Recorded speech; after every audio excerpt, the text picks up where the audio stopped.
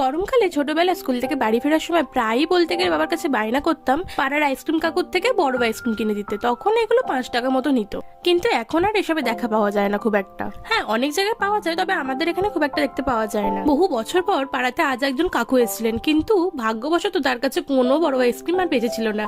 আসলে বহু বছর পর ঢোকা তো, পাড়ার সকলেই কিনে নিয়েছে বলতে গেলে প্রায়। আর ওনারা তো একটা পাড়া দিয়ে আসেন না, ওনারা বিভিন্ন পাড়া ঘুরে ঘুরে আসেন।